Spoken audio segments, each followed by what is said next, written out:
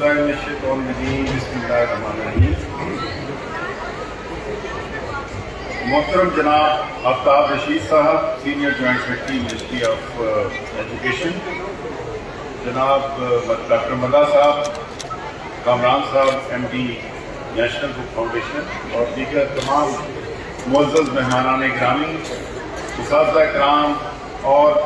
تمام پیارے بچے، السلام علیکم۔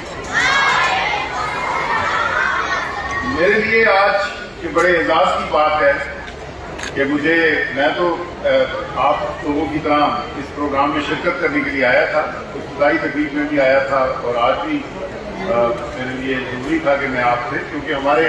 این سی ایس ٹی کے بچے بھی اس پروگرام میں شریک ہیں، تو میں ان کی حوصلہ افزائی کے لیے اور آپ سب کی حوصلہ افزائی کے لیے آیا تھا۔ لیکن میرے لیے اعزاز کی بات ہے کہ انہوں نے مجھے مہمان خصوصی کا یہ ذمہ داری مجھے دی، تو میں نیشنل بک فاؤنڈیشن کا مشکور ہوں، کیونکہ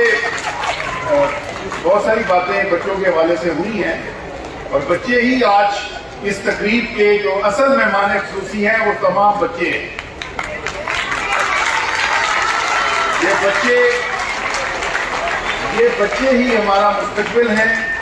یہ بچے ہی ہمارے سٹارز ہیں، اور یہ بچے ہی ہمارے ہیروز ہیں۔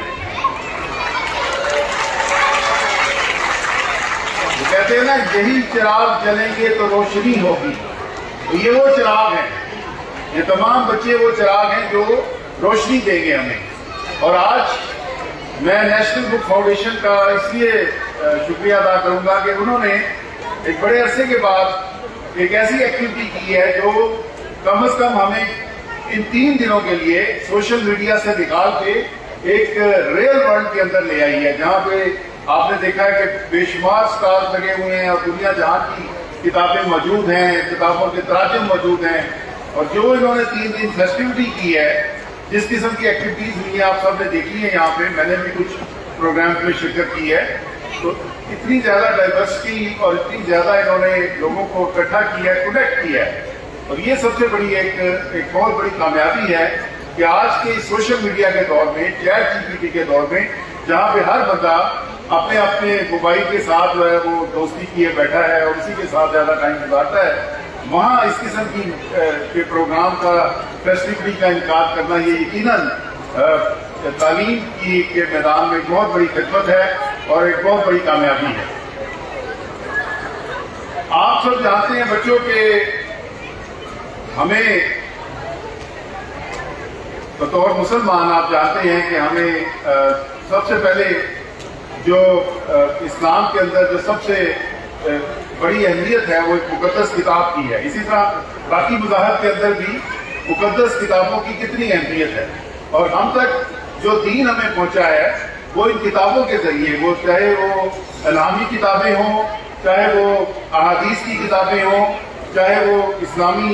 جو مفکر ہیں یا باقی مذاہب کے مفکر ہیں ان کی کتابیں ہوں، ان کے ذریعے ہمیں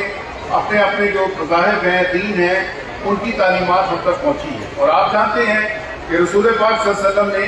کتاب کی جو اہمیت، علم کی اہمیت ہے، اس کے بارے میں انہوں نے بہت ساری احادیث روایات موجود ہیں جو یہ کہتی ہیں کہ جو چیزیں آپ جو ایک پڑھنے والا اور ایک نہ پڑھنے والا برابر نہیں ہو سکتے، اور رسول پاک صلی اللہ علیہ وسلم کو معلم کا درجہ دیا گیا تھا، استاد کا درجہ دیا گیا تھا، وہ پڑھانے کے لیے آئے تھے، وہ اللہ تعالیٰ کے حضور میں وہ طالب علم بھی تھے اور وہ رہتی دنیا تک رحمت للعالمین بھی تھے اور ایک معلم بھی تھے، اور انہی کی تعلیمات آج ہم نے کہ آج تک جو ہے نا یہ دنیا میں جو کچھ بھی ہم آگے ترقی کر رہے ہیں انہی تعلیمات کے ذریعے۔ اسی طرح دیگر جو دنیا میں جو جتنی ترقی ہوئی ہے وہ کتاب کے بل بوتے پہ ہی ہوئی ہے، انہی کتابوں کی وجہ سے۔ یہ سوشل میڈیا تو اب آیا ہے نا اس دنیا میں، اور آج سے چند سال پہلے جب نہ چیٹ جی پی ٹی تھا نہ سوشل میڈیا تھا، اس وقت تمام تر انحصار کتابوں پہ تھا، انسائکلوپیڈیاز پہ تھا، ریسرچ پیپرز کے اوپر تھا، اور یہ یقیناً سب سے جو مضبوط بنیاد ہے علم کی وہ کتابوں کے ذریعے ہی ممکن ہے۔ آپ بھی